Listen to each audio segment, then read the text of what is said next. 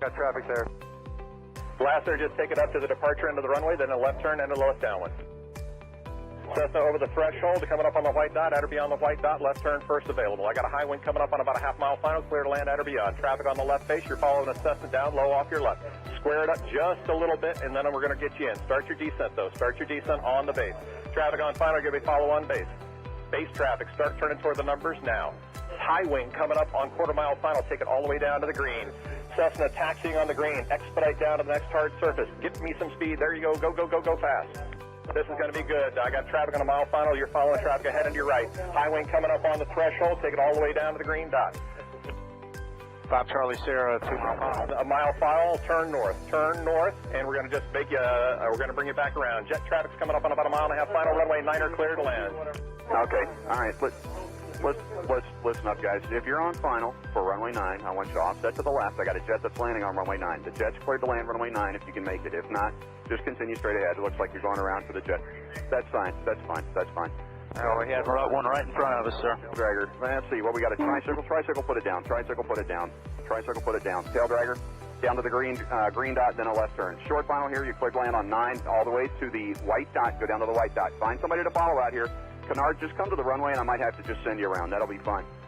And for the jet, you just want to stay in this pattern or you want to go back out for an instrument approach? Stay in a pattern, Charlie Sierra. All right, just stay with me here for a minute. And my tail dragger, let's see, over the numbers, go down to the green. And Canard's going to have to go around. Canard, go around. And my high wing here over the runway, keep it airborne. You do not descend. You got a fast guy behind you. Do not descend. There you go. Keep it airborne. As soon as the guy behind you gets slowed down, I'm going to put you down. So keep it airborne. The one that just passed the white dot, make a left turn on the hard surface. All right, my high wing tail dragger, you can put it down now. And Charlie Sierra, let me get you about a mile off. Let's see, Charlie Sierra, lost. There you are. Make a left-hand turn. I'll try to resequence you here on the downwinds. We'll see how it looks. Short final, you're clear to land runway 9 on the white dot. There you go. And the tricycle left on the hard surface and follow the flagman. Welcome. Thanks for being part of the show. And let's see, just find somebody to follow out follow on the final, and as you get close to the runway, if it's not going to work, we're going to send you around and then try to resequence you. Now, who else got sent around that's not back on the downwind? The Canard? Yeah, Canard. All right, Canard, there's a Gulfstream up there that went around too. I just lost sight of him, but you're going to make kind of a left-hand turn and stay low. I think Charlie Sierra, what's your altitude?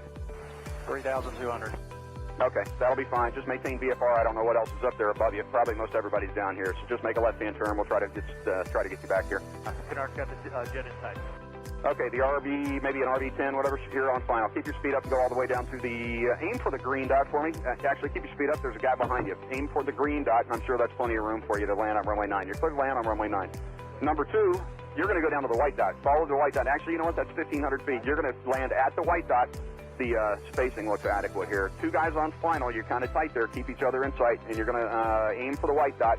If it's not going to work, we'll come up with a plan B. We might have to send you around. The second guy behind you out there in about a 2-mile final. Are you slow enough to be able to follow that guy in front of you? You need to go around.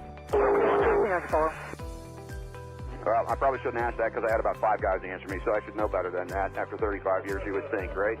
All right, so let me see. The guy who's number 1, it's number 1. What kind of airplane is he? An RV type. All right, RV type. Keep it airborne for me. Keep it airborne. And I got a fast guy behind you. The number 2 guy over the trees there. Go ahead and put it down on the numbers. My first guy just coming up on the numbers at the over the grass at the numbers. I want you to keep it. T-minus 1 minute and counting. Hello.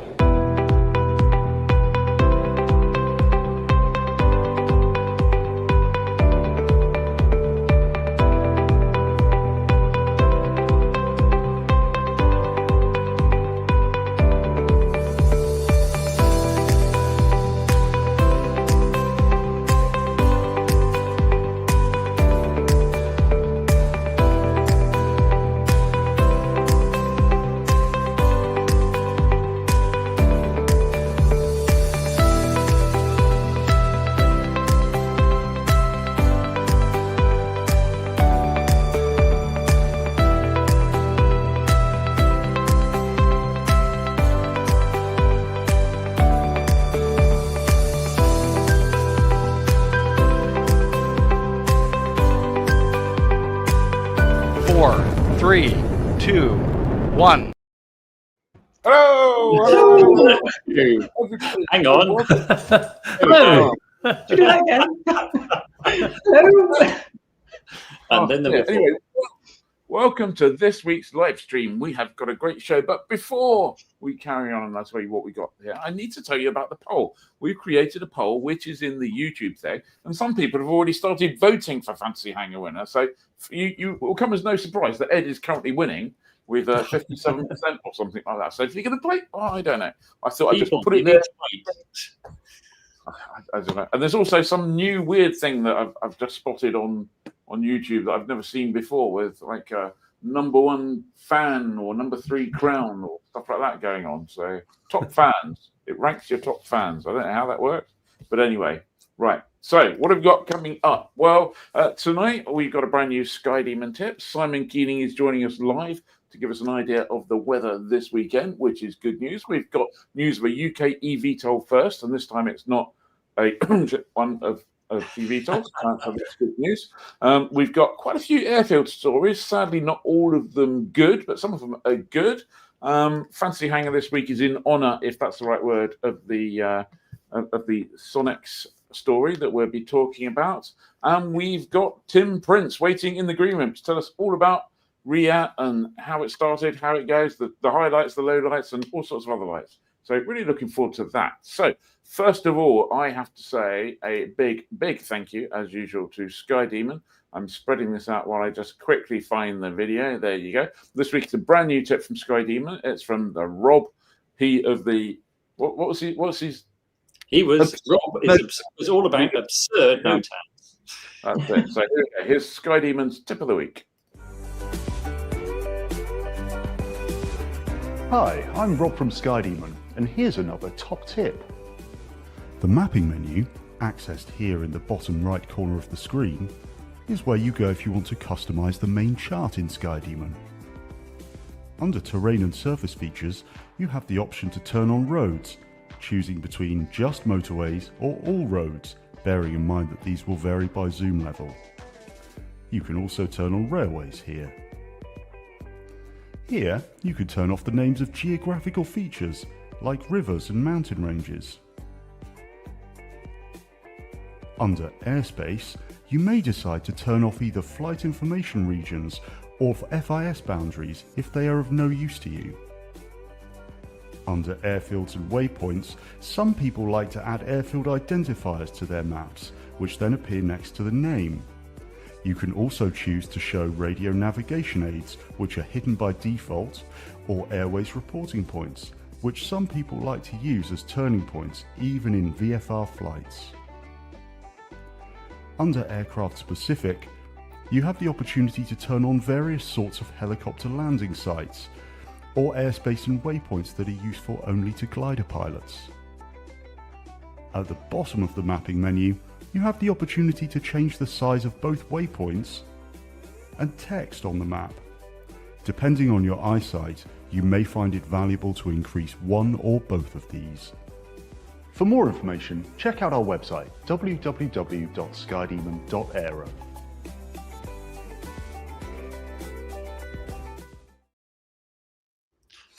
It's probably worth bearing in mind that when Rob says you can turn off airspace, it's still there. It's still there. You can just turn it off. Yeah. I'll tell you what, though, that identifier. Oh, see you, Dave. That identifier thing is really useful when you're flying overseas and you can't pronounce the place names. Ed, you might find that useful, particularly. Amazing. I need an automated name announcer just to save me the embarrassment. So what's that place in Scotland called? Exactly. Well, hopefully before too long, you'll be able to just there'll be a button in SkyDemon and it'll request clearance and it'll go. Let me do that for you. If only it was like that paperclip in Microsoft. It's like Clippy says, "Hi, can I help you?" You're trying to fly to the south of France. Let me help you with that. Some news that you may have missed, because it only really applies to the US, but I think in the last week or last couple of weeks, certainly, they've given some of the big US hubs and the big US centers, have the ability to transmit clearances direct to GA airplanes But I think in GA airplanes, we're talking probably jets and expensive ones because you need a bit of expensive Garmin kit. I'm trying to remember the acronym. It's something like CDPLC, Right.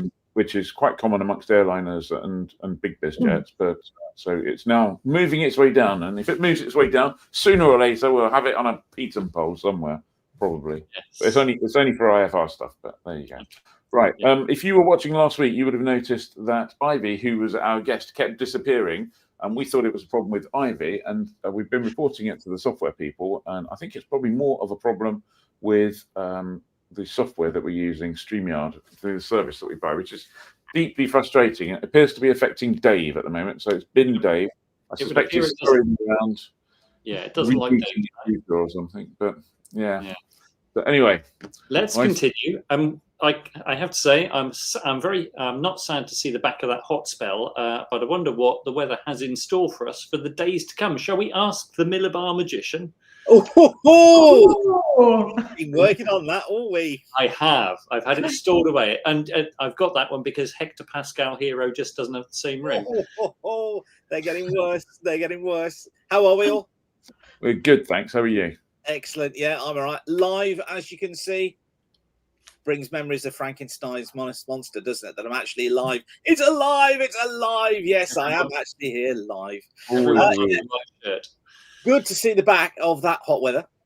It's gone. It may well return again through July. After all, it is only early summer. But at least at the moment, we're not seeing those huge temperatures that we saw. But of course, as I remind everybody, you know, it is sort of late June, July. It's sort of what happens. But anyway, this is how things shape up for the weekend. It's not looking bad, actually, at all for the weekend. Tomorrow, we've got fronts that are just moving their way eastwards through Scotland. See, the ice bar is quite close together, so it's going to be pretty windy. Most rain affecting northern and western parts of Scotland. A proper tropical maritime air mass hitting there tomorrow afternoon. So lots of rain for western coasts. More eastern areas, though, tending to see the cloud bases lift. So although it's breezy there, actually, I think base is about 2,000-3,000 feet. For most of England and Wales, it looks like being a decent sort of day. Maybe a little bit of cloud around during the afternoon, particularly, I think, for western coast of Wales, for southwest England, may get a bit breezy here. But through much of southern, central, eastern parts of England, eastern parts of Wales, and yes, into the southwest, looking pretty good. Bases above 4,000 feet, and the tops probably coming in at about 6,000 to 7,000 feet for most of us. So actually not a bad day on Friday. Saturday sees those fronts that were across Scotland having moved southwards overnight, getting stuck for a while across the far south of England and Wales. Look at the cloud ceiling forecast here. You see that orange splodge that's there. Of course, the technical term splodge. It's well known to us forecasters. And that's showing us bases of around 500 to 1,000 feet. But the good news is that clears away, and then we're going to be finding the bases starting to lift. So an improving situation across southern England during the afternoon. Fairly breezy for most. Now, up towards northwest Scotland, some more rain getting into the west of Scotland, possibly into the northwest of Northern Ireland, making non-VFR conditions here. But in between those two areas, a little bit breezy. We're thinking speeds probably 15 to 20 knots, may get 25 or 30 knot gusts to the protection of the high ground of eastern Scotland and northeast England. But generally, the bases are better, looking about 2,000 to 3,000 feet. Tops probably coming in about 9,000 feet. So not a bad one, actually, for Saturday. Now, on Sunday, we go into the northwest. That brings us into a polar maritime air mass. That means sunshine and showers. Sunday's actually looking a lot better than it did even a couple of days ago. I think we are going to be finding some showers. You can see them on the map here, associated with these weak occluded fronts. But most of them, northern and eastern Scotland, northern England, exposed coasts of northern and western Wales, exposed coasts of northern Cornwall and northern parts of Devon. So you will probably be able to see around them. I think probably the main batch of them affecting northern and northeastern parts of England. But across central and southern England, yes, there could still be 1 or 2 showers. Bases 2,000 to 4,000 feet, tops about 10,000 to 12,000 feet down here. I think for northern England, for eastern Scotland, those tops probably up near 15,000 to 18,000 feet. Hence the reason that we'll see more moderate showers there. Quite a brisk northwesterly, but actually, as I say, most of the time through most of the showers, you're probably going to be able to fly around them. So it's not a bad weekend. Fresh conditions on Sunday as well. So yeah, a little bit of bumpiness caused by the breeze, but those strong thermals will help. And then that's about it. All I can tell you is that I've just announced my next Aviation Weather School Part 1 online, which is going to be held on Tuesday, the 2nd and the 9th of September. So we're taking bookings for that now. So go to weatherschool.co.uk and you can book your place on there now. Have a safe flying weekend, and I'll see you soon. Bye. Thank you very much, Simon. It's been a pleasure having you back. Yeah, it's been a pleasure to be here. Well, we should do this more often. I think we should. See ya. Bye, Simon. Dave was here. It's me that should have gone, not Dave. Would you want to stay? Want to stay and help us with the news, Simon? I can be Dave if you want. It was. Yeah, go on. And in some other news. Yeah. Okay. Well, first of all, luckily it's not Dave who's first up for the news story. No, it's me. Let's see if he returns. Yes. So me with some news, and it's all about British eVTOL company Skyfly making some history. And normally for eVTOL news, we get press releases about things that took place, and we have to take them at face value, and often a bit of skepticism. But this piece of news, I was lucky enough to watch unfold as I was asked to go along and take some photos. So last Friday, British startup Skyfly Technologies completed Europe's first airfield-to-airfield flight of a fully electric eVTOL. That's electric vertical takeoff and landing aircraft. I know it happened because I watched it. The milestone flight was performed by Skyfly's Chief Technical Officer and Test Pilot, the brilliant Bill Brooks. He flew AX from Turweston in Northamptonshire to Bicester in Oxfordshire, landed, stopped, headed back. And the historic round-trip flight marked the end of the conventional phase of Skyfly's test program, which is focused on validating the aircraft's airframe and control systems in wing-borne flight. Bill says the AX has a gentle feel in turbulence, giving the impression of bigger span than it really is. And he thinks that's because of the motor masses at the tips. And he says the view is great. And he said it's whisper quiet. It's lack of noise because of the electrics. And he likes flying it. The outbound leg of 10 nautical miles took 12 minutes, cruising at the lowest cruise power setting of around 57 kilowatts. Maximum speed was 71 knots on the trip. Return trip took 8 minutes. And when Bill got back to Turweston, as briefed, he flew a number of orbits, climbed up to 3,500 feet, and that was all about discharging the batteries to 30%.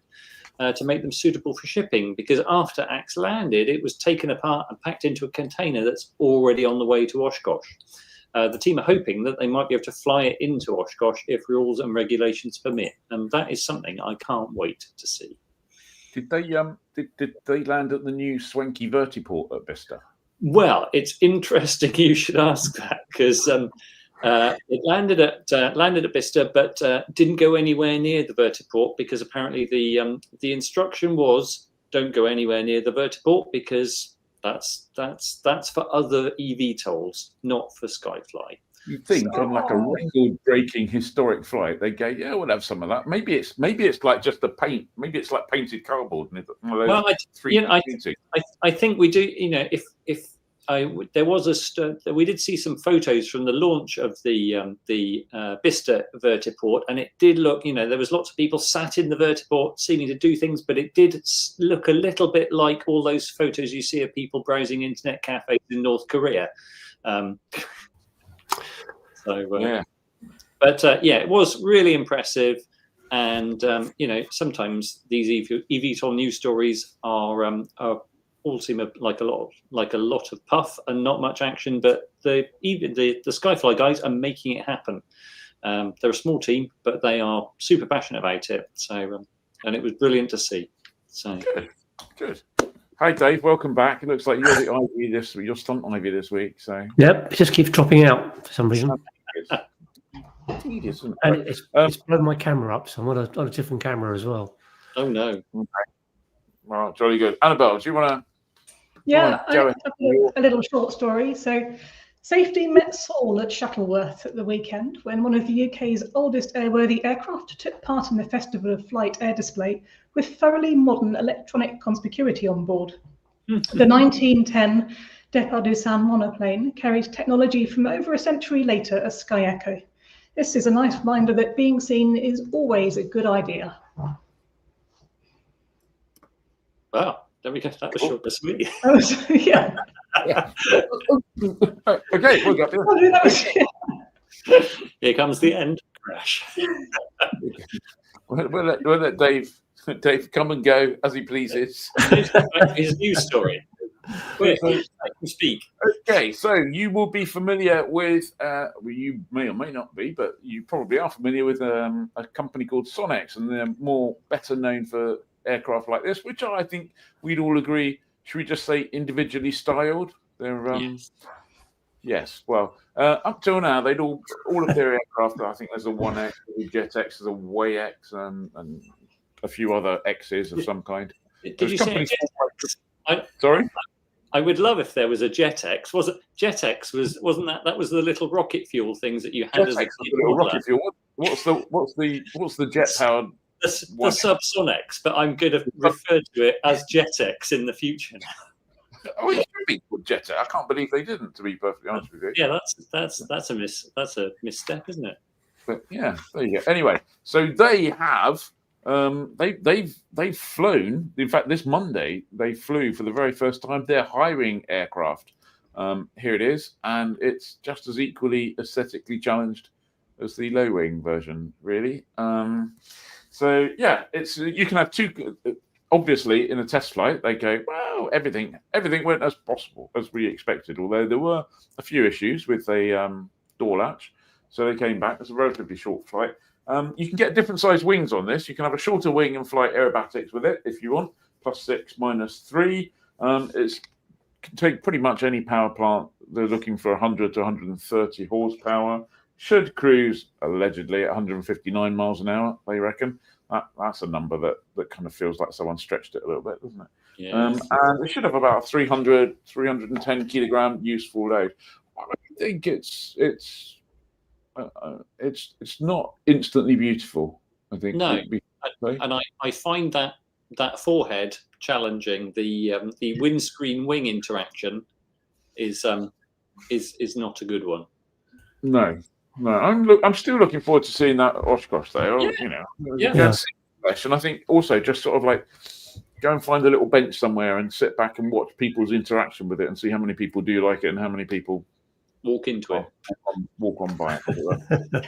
Dave, do you want to give us a go with your news story? Yep, I'll just whiz through. I've got some airfield news here, very quick things. There's last week, literally at this time last week, we saw that the two councils that own Gloucestershire Airport, have agreed to sell it to a particular bidder and at a particular price, but they haven't announced yet who that bidder is or what the price is. So that still remains a mystery. Next airfield, Skegness, has private access only. It's emergency services and IPR. This is exactly what you see on their website. And private authorised individuals only, which is basically the bloke who owns it, I think. Good news, Wadswick is now back open fully. If you remember, it's been reseeding and a bit of TLC to the airfield. The big story is that Sauber, the Formula One team, which is now relaunching as Audi F1 next year, they've leased a site at Bicester Airfield, part of the Bicester Motion project. And you can see, this is the image they put out with the press release. Now, Sauber's not taking over all that. They just have one building there. But this was the image they put out. And this is from the master plan for Bicester Motion, the whole project. And you can see. Doing so well. I think what Dave was going to say is the fact that on that master plan photo, it seems like the airfield is gradually shrinking away, isn't it? As you get some various little racing tracks and things appear, and the runways got shorter. Yeah, he's back. Yep. It sounds like you were just saying what I was going to say, Ed. That the old World War, the old idea of being able to land in any direction is well and truly gone with these experienced tracks in place. Absolutely. There he goes, and he's gone again. Yeah, I think the last thing he was going to say was, and we'll probably do it in the, we will do it in the events at the end. But don't forget, it was East Kirkby. Well, I was going to say East Kirkby They're going to fly in this weekend when they'll be taxiing the Lancaster and I think the Mosquito, which will be fantastic. I've actually got PPR. Ed and I will get may go. Looking at Simon's weather forecast for Saturday morning, I can't do Sunday this week. I can only do Saturday. It's like the 500-foot cloud base is not. Might be a stopper. Yeah. Yeah, so we'll have to have a look at that. So we may see you there, we may not. If you can get there, it's a great place. But there you go. Right, Ed.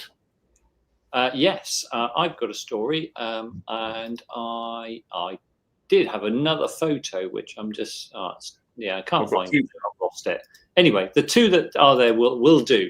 And this is all about a new kit plane that is apparently making an appearance at AirVenture. And it looked like the love child of an F-117 stealth fighter and a Dyke Delta, and brilliantly named. It's called the Melange.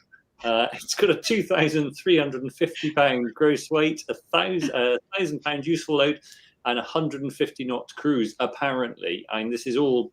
It's all data on the website yet, and they are talking about the fact that they're going to turn up at Oshkosh with a cabin mock-up. So no flying aeroplane yet. But the party trick for the aeroplane is that it's got an enormous cabin, and it's got a massive lie flat area 2 people can sleep in, and there's a rear panel on the top of the rear deck of the fuselage that pops up in a VW camper-esque style way. UAP Systems, who are the company behind Melange, are promising their cabin mock-up will be revealed at the big show, and we will obviously try and find out more. If you want to find out more about Melange, I'll put a note in the comments. I like saying Melange because it gives Annabelle the giggles. So, Melange. Most things do, to be fair. Melange. The Melange. I know, it'll be really embarrassing if we get to Oshkosh and they go, and here it is, it's the Melange. Which I suspect they won't, obviously. But what is it a melange of? I don't know. Lots of different aeroplanes and a camper van, apparently. A camper van, yeah, I guess so. Yeah. Fair enough. Annabelle, you're on again. Yeah, I am. Yeah. This is another little shout out.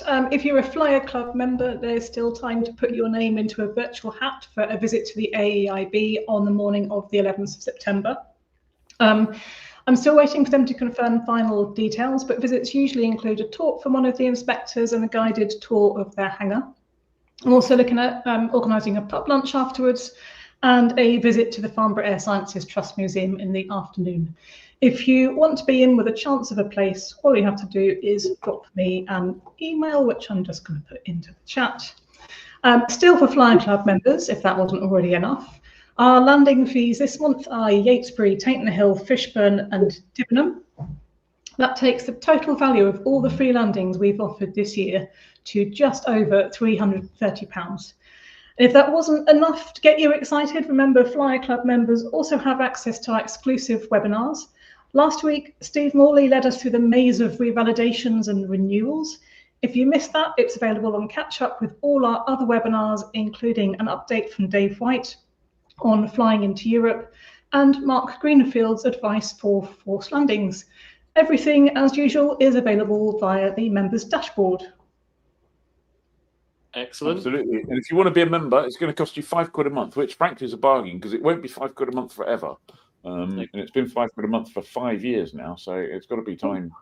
Got to be time to go up. Especially with all those landing fees. Yeah. It's a bargain. Dave Calderwood has tuned in. He says, I'm here now, but only as an observer. So if you've ever fancied presenting on the Flyer live stream, obviously send in your applications now.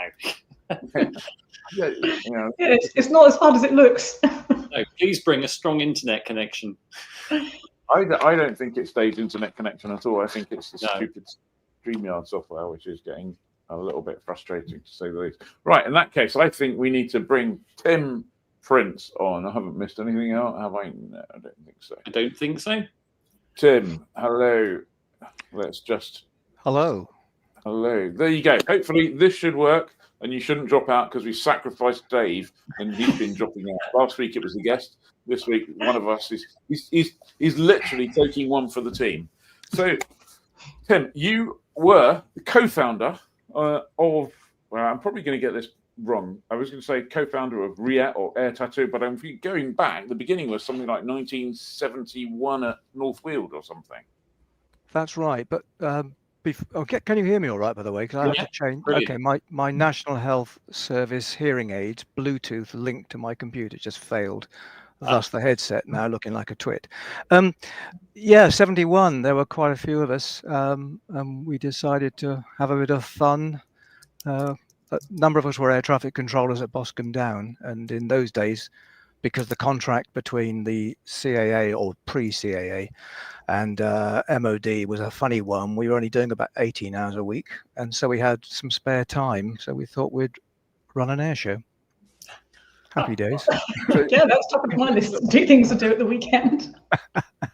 But I mean, you say that kind of fairly lightly, like we thought we'd run an air show, but I don't think, RIAT is not really an air show like any other. It's not.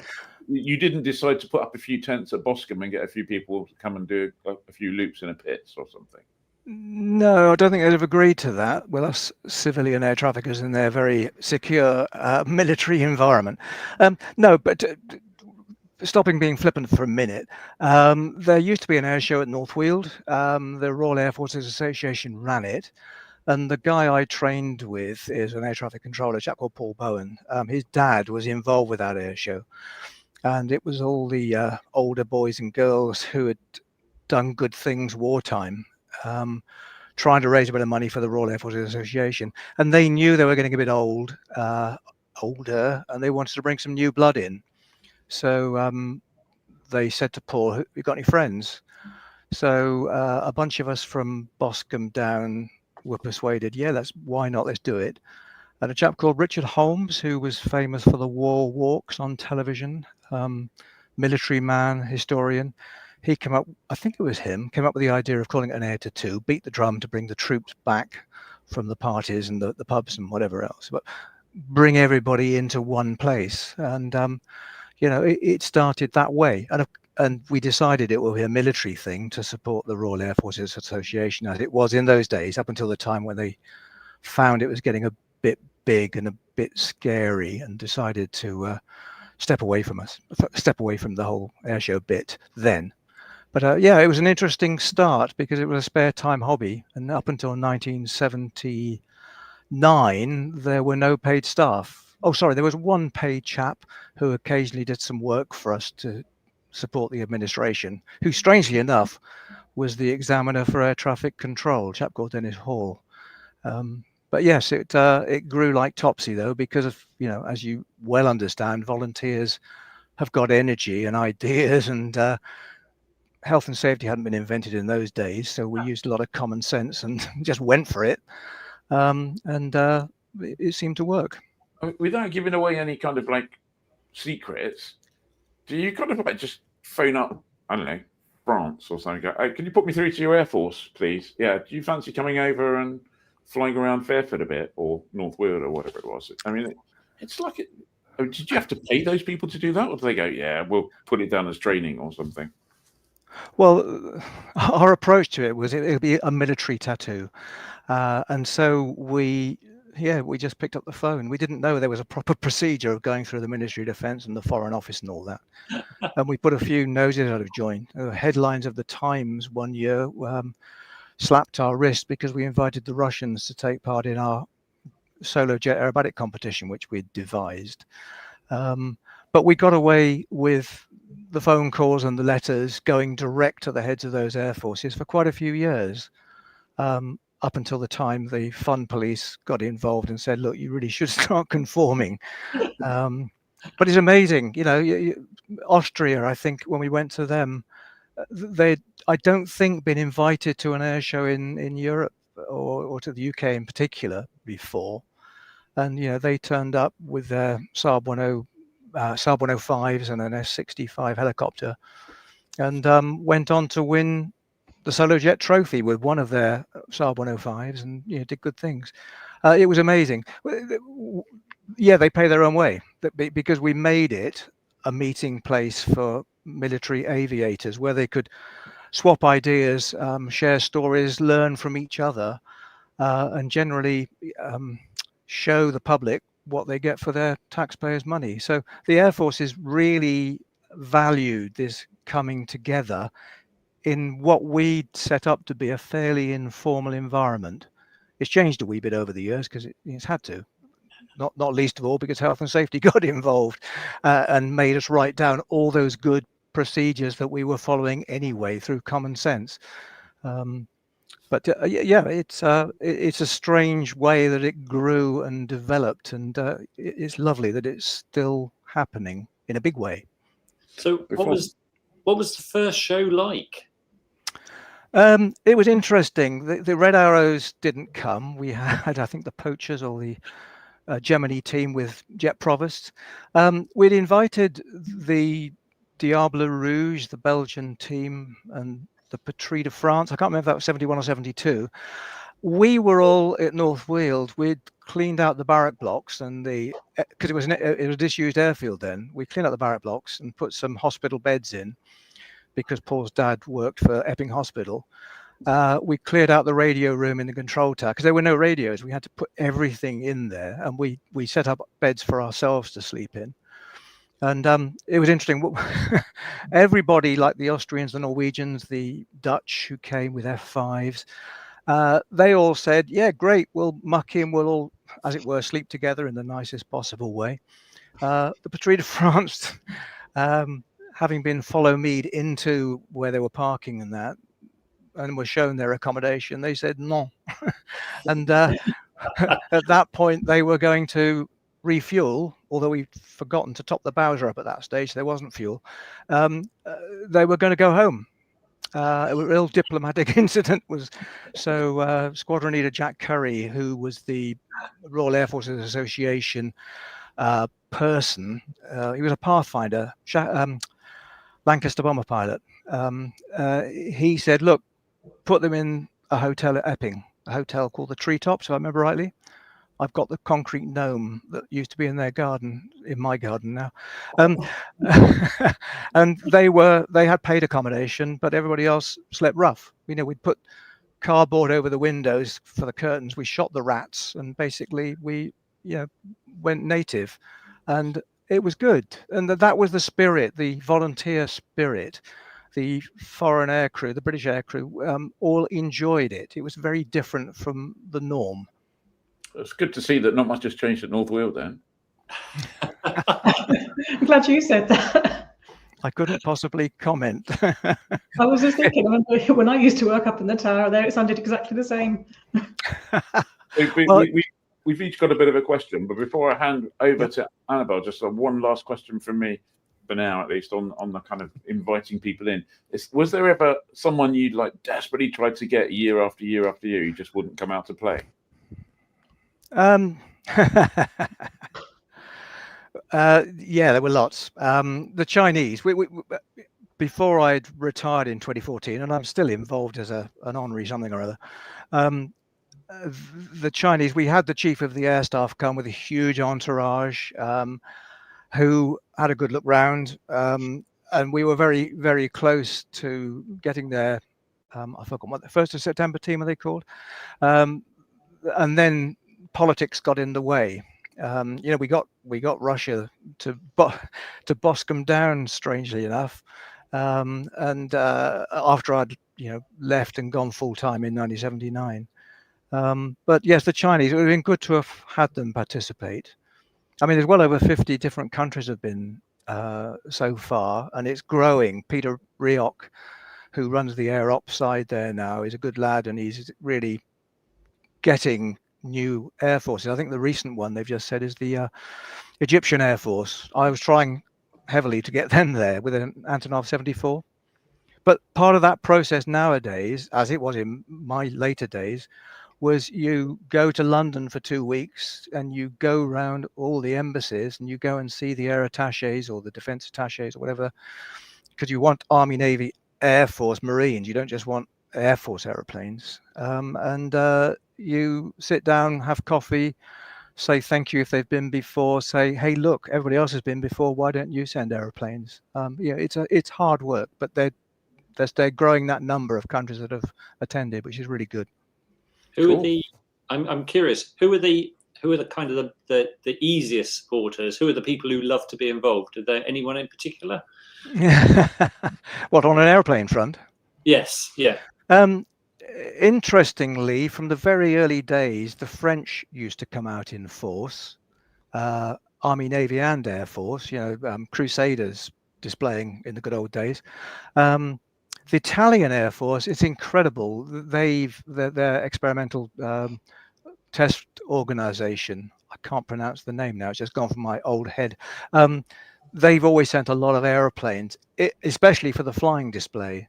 I suppose Germany, France, Italy have sent each year the most numbers. It's remarkable.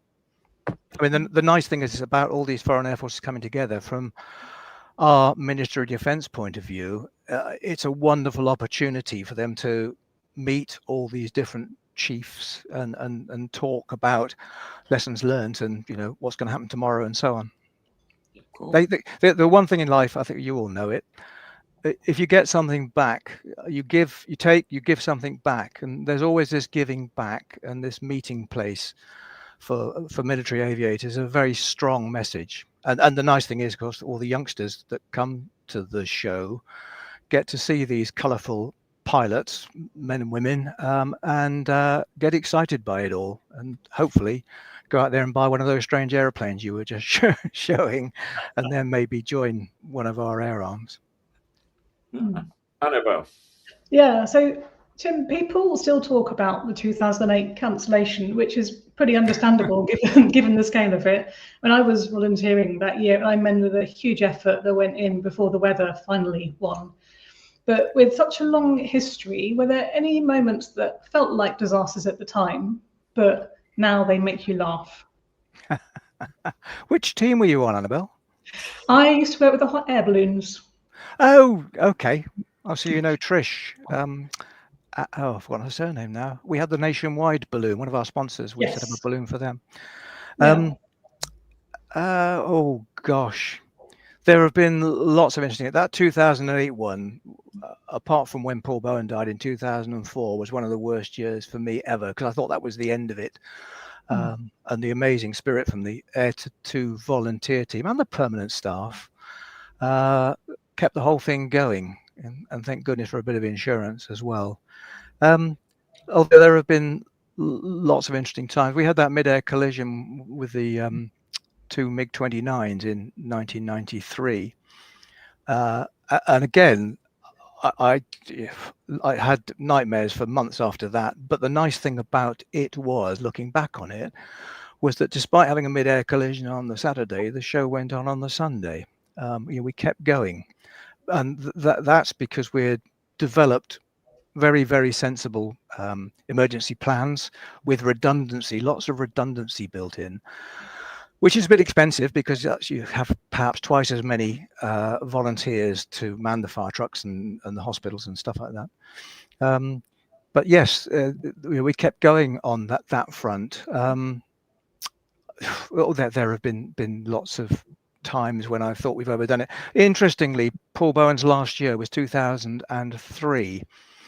And we got the Guinness World Record then for the largest military air show. And I've forgotten the number, but it's, I think, 523 aeroplanes we had at Fairford. Wow. And we got the award, and it was brilliant. 100 years of flight was celebrated. Lots of good people were there to say they were part of this great historical story. But in truth, we had so many aeroplanes, we couldn't look after all of the participants properly. Now, Paul died in 2000, just before the 2004 show. And apart from losing him and all that went with that, because unfortunately the earlier sponsor was a cigarette company and Paul liked smoking. Apart from coping with that, we had some dreadful feedback from the participants, because the one thing you always ask is, did you enjoy it? Was it good? And you hope they come back saying, yeah. And they came back and said, wasn't much fun really, because we weren't looked after. We had parties and that, but there were so many of them, they maybe couldn't get to the bar for their free beer or their free omelette or whatever else. So I look back on that and think, blimey, it's nice getting these awards and busting a gut to get it, but in truth, does it do your reputation any good? And so we decided to go for slightly less aeroplanes, and I'm say we were choosing. You're a beggar going out and hoping people are going to come, and go for quality rather than just quantity. And of course, nowadays, that has to be the order of the day, because the Air Forces are busy doing other things at the moment, and their defence budgets have been cut. So it's some challenges. That's a very rambly answer to your question, Annabelle. Sorry. That was really interesting, though. Really interesting. Thank you. You've obviously seen the best of the world's display teams over the years. Has there been a moment or a display or something where you've gone, I'm not going to see anything ever better than this? That's a rotten question to ask me, isn't it? Because I've got to say the Red Arrows are the best, haven't I? Of course. When you buy teams, you mean formation teams, don't you? Oh, yeah, I'm guessing you've seen a lot of amazing formation teams, probably because you always have a solo performer award as well, don't you? And we do. Yes. You've probably seen some incredible solo performances. Strangely, we saw him out in Slovakia, because we were helping the Slovakians and the Czechs separately when they split from Czechoslovakia, divided into two countries. The Ukrainian Su-27, he put on a fantastic show in Slovakia, and actually they turned up at the Air to 2 with an IL-78, I think it was, and lots of Budweiser in the back, and the display was phenomenal, and it was a ballet performance rather than what you might expect from a Sukhoi 27, brutal force. Yeah. He won a trophy. We wondered then, this is a terrible thing to say, but you wonder when you give the trophy, which is a trophy that's supposed to come back to be given the next year, will you see the trophy again? And the Ukrainians were very good, and they came back and brought some more Budweiser, so we liked them a lot. Wow. And team wise, have you ever, obviously Red Arrows aside, have you ever had a favourite? I can remember going frequently, every year, to the South Korea Embassy Republic, as I went to all the other embassies, because you've got to try and find new interesting airplanes, and we got the Korean team to come over, and they dismantled them, put them in Boeing 747s, flew them to Manchester, rebuilt them. Annoyingly, the Waddington Air Show was just before us, and they stole the debut in the UK by offering them a beer or two, and they went and displayed there first. But their performance, I thought, was quite remarkable, very, very powerful, the K-50 or T-50 jet. Amazing color schemes, and again, their aerial ballet that they performed. My mother was a ballet teacher, so I use the word ballet a lot. It was just magnificent, and their first display was in very, very poor weather, marginal weather even. But their display, I thought, was the most colourful and quite amazing, really, as was the food that they then cooked afterwards to share with us. What I'm learning most today is that beer seems to be really important. It was strange when we first came to Greenham Common, because I said we ran the show for the Royal Air Force Association. They changed their mind about shows. We moved to the Royal Air Force Benevolent Fund, and a World War II Battle of Britain pilot, Sir Dennis Crowley Milling, was running the Benevolent Fund, and said, "Brilliant, would love you. It's a thing we could do." And he then brought us Douglas Bader as our president. And now I've just forgotten what the question was. Sorry, what was the question again? It was about the importance of beer. Oh, the beer. That's right. Thank you.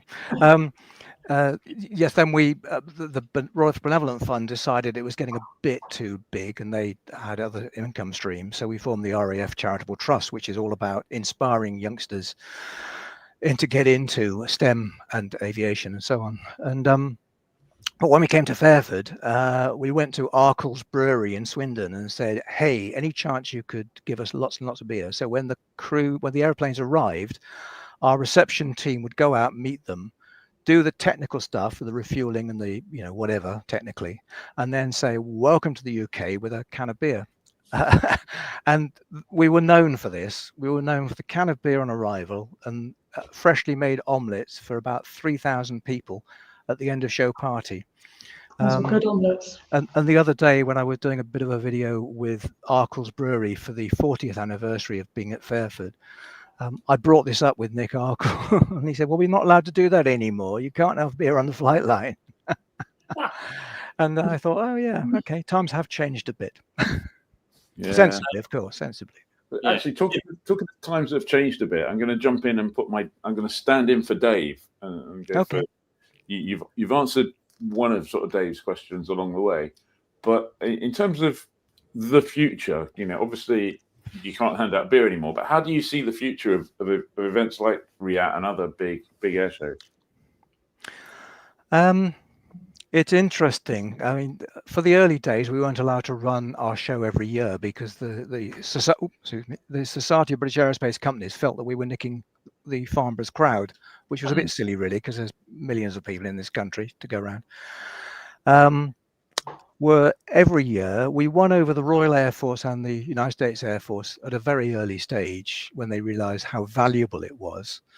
Then we had to get income because police charges are sort of, I don't know, £250,000. Insurance is probably more than that now. So we had to get commercial involvement. So your Lockheed's were I think one of the major aerospace companies that first came on board when the Hercules was 25 years old back in 79. So industry has got heavily involved. Industry gets to see the heads of air forces because, each year there's about 45, 50 heads of air forces come to the show for 4 or 5 days. So there's programs set up for them. So there's a momentum there within industry and the defense world, and aviation defense world, of this is an important place. It's not trying to be a Farnborough by any stretch of the imagination, because that sort of level of informality is there. It's a very friendly place. So I think there's a strength there. So I think the airfield will be made available. I think the air forces will want to participate. And I think industry will keep putting the money in. Amazingly, I mean, the show at Fairford is virtually sold out. They've got a few places left on one of the days, I think the Sunday. And it's going at a very high level. I mean, my poster, you can't see it behind me here. It was about 30 quid to get it. Sorry, 30 pence to get into the 71 show. And it's a few more bob than that nowadays. But there is a market for it. And under 18s get in free of charge so that they can be inspired. So I think from the Air to Two's point of view, it bodes well. Military aeroplanes, I think there are less of them, but again, quality rather than quantity. And as I said, Peter Rioch is getting some very interesting aeroplanes in. So I think the future's pretty good. It's a shame. There still needs to be that element of civilian in there as well, which is important. I mean, when we first came to Fairford in '85, the Americans actually made Fairford available to us because they were going to put cruise missiles in at Greenham. Strangely, we moved into an active airfield at Fairford because there were KC-135s there, which were originally planned to go to Greenham Common, strangely. I've lost my train of thought now. Anyway, I'm talking rubbish as I normally do. No. So we need, while you're here, just a quick question on some secrets, really. The first time you did it, the French turned up and they ended up at the, I don't know, the Three Stooges or whatever it was in Epping. Treetops. So, over the years, that must, I'm sure people don't put hospital beds in a corner anymore at Fairford. So which is the team with the biggest prima donnas and ride list of stuff that they want before they'll agree to go? Who are the biggest pain in the side teams? Ian, I'm not going to answer that. That's an unfair one. I've got a reputation to look after. I mean, if I just tell you that hotel rooms for the last year's show, 3,300 were needed. Wow. And that's over and above industry's needs. Because Fairford is now U2's there and other interesting things, happen. All of the accommodation that we used to use, the hard accommodation, is virtually not available anymore. So the volunteer team, some of whom are nearly my age, and I'm 76, they're all sleeping in tents for what can be 3 weeks. No, 2 weeks. And some of them are driving runway sweepers as volunteers. Some of them are driving around heads of the Bulgarian Air Force, say, or hosting them and having to look smart and whatever else. So as for demands, interestingly, when the Chinese came, there's a good answer for me, thinking about it. When the Chinese came, the forward people that came to check out the hotel was very interesting because they wanted to make sure the hotel was, I hate doing that, but clean. in a radio frequency sense and all that sort of stuff. So there are demands, but the team, the volunteer team that look after all the visiting chiefs is I can't give you a number, but hundreds of people sitting at computers working things out. So they find out who needs to sleep with whom, who eats what or can't eat this and that, and everything is modified. And if the principal, the chief, is busy on a businessy type day, the spouse gets a trip round the Bodleian Museum, Bodleian Library, Bodleian in Oxford, or round Buckingham Palace. We arrange all those sort of peripheral things. And the Air Power Conference that takes place 2 or 3 days before, the Wednesday, Thursday beforehand, we started that as part of the Air to 2. It's now run as a separate entity by the Air Force's Air Power Association. And they come on through. So there are lots of requirements from everybody, but they're all looked after because the organization, the volunteer team and the permanent staff really have got energy and drive and want to make it perfect.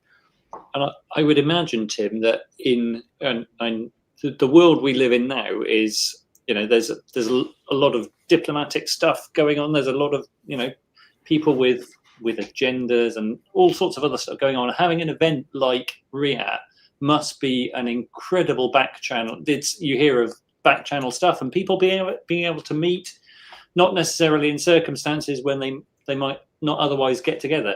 The event must be incredible for, probably for some good things of world peace here and there, I would imagine. Oh, it's often been described United Nations of the skies. Yeah. I mean, a thing I mentioned a bit earlier on was Douglas Bader being our president of the Air to 2. When he popped his clogs in 82,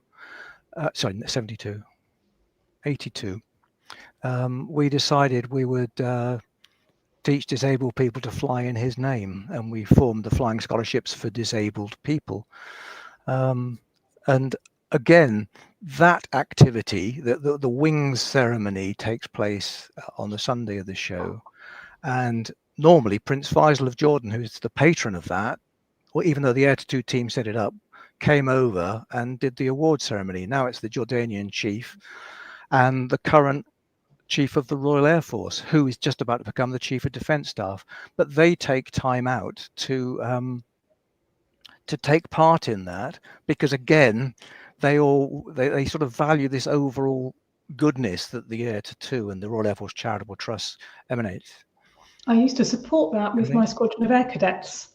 Oh, lovely, thank you. Yeah, and it was always really lovely because, as you say, that Prince Faisal always took the time to just stop and chat, which was just really unexpected but very generous of him.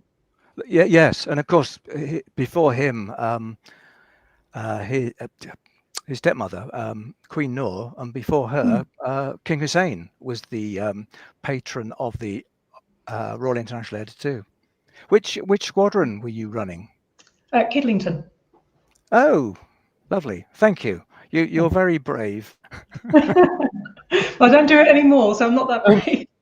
I don't know if there's any questions in the comments or if there's a few good comments. I'm just going to run them through them. Jonathan Smith says, Tim and Paul were so fundamental in growing their volunteers and capabilities and influencing their careers, including my own. Please ask him about our BAC 111 meet.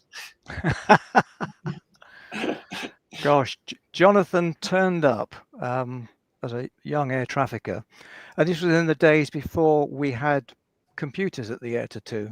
It was all done with T cards and bits of paper and Chinograph pencils and stuff.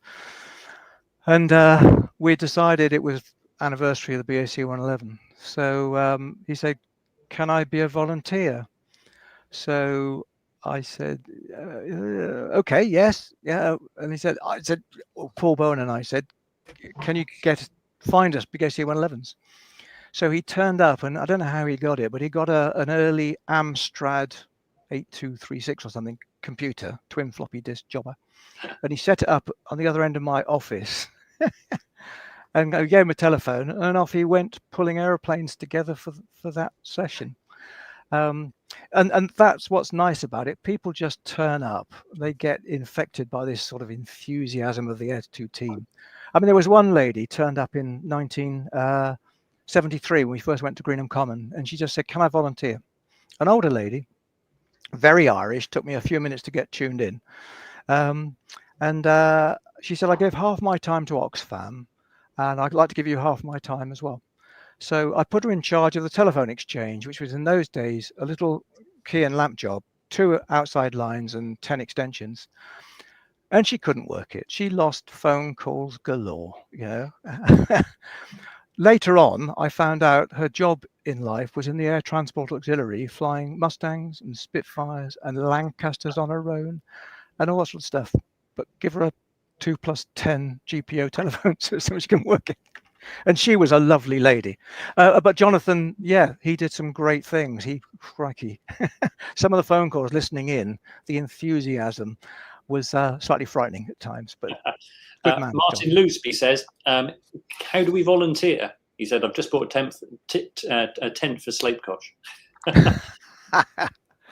If you just go to the air2.com website and go under the airshow side of it, and there's a volunteer section there, and it shows you how to do it. Too late for this year because it's all together. But yes, get onto that.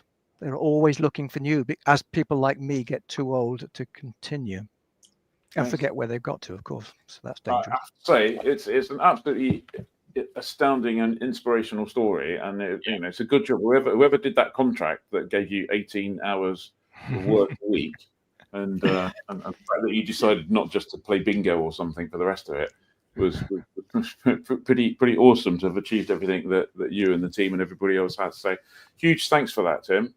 Fantastic. We are unfortunately out of time, but so we're going to need to move on. Yes. So I didn't hear what you said then at the end. I said, unfortunately, we're out of time. So that's fine. Yep. We're going to need to move on. So thank you very much for that. And if you're welcome. Absolutely brilliant. Yeah. So, Annabelle, immortal words. There's actually too much to say in a short space of time because there are so many stories. Some can't be told, but lots can.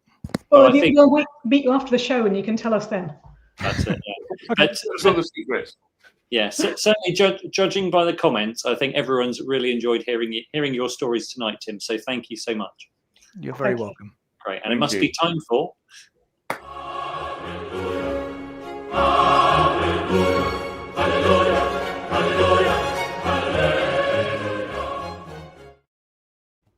What a brilliant guest, and what an amazing story!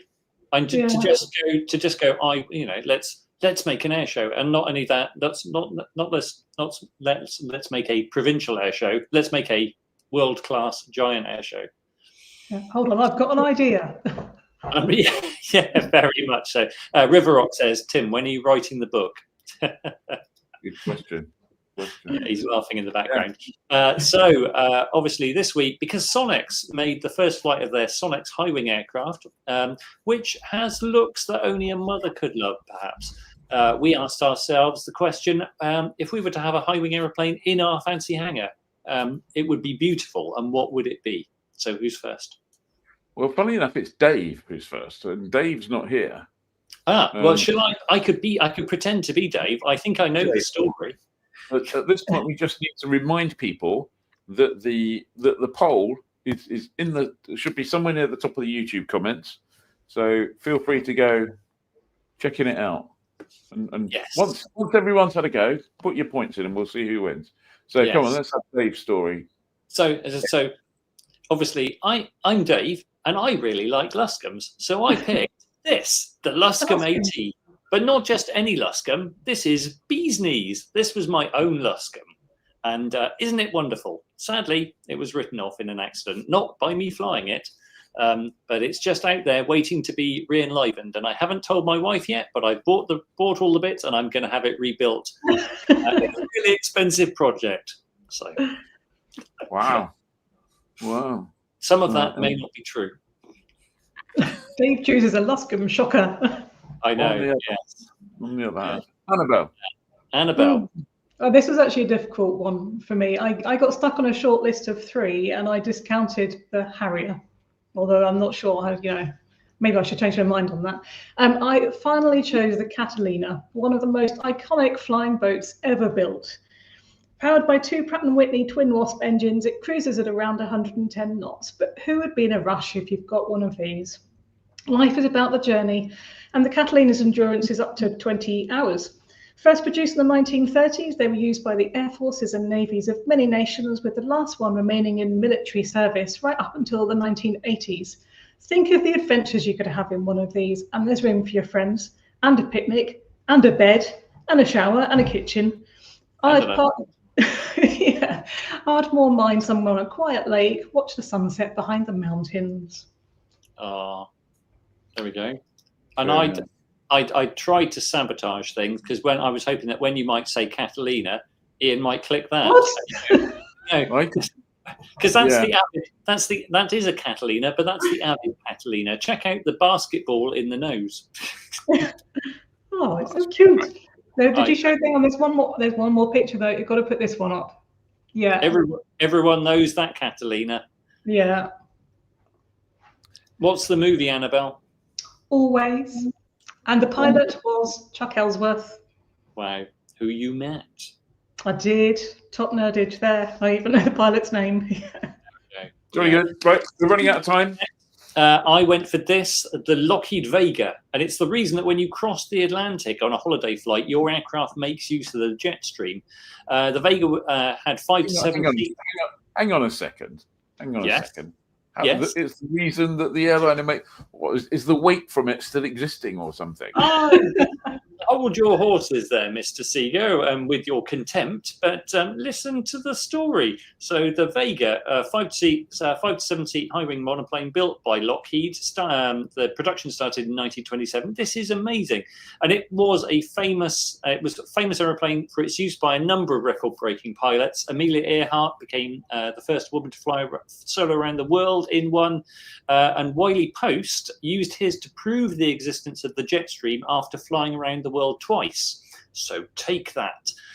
450 horsepower with 160 knot cruise. The Vega is as fast as it looks, and it just looked brutish and wonderful. They made 119 were all wood. It had a fuselage just like a Mosquito.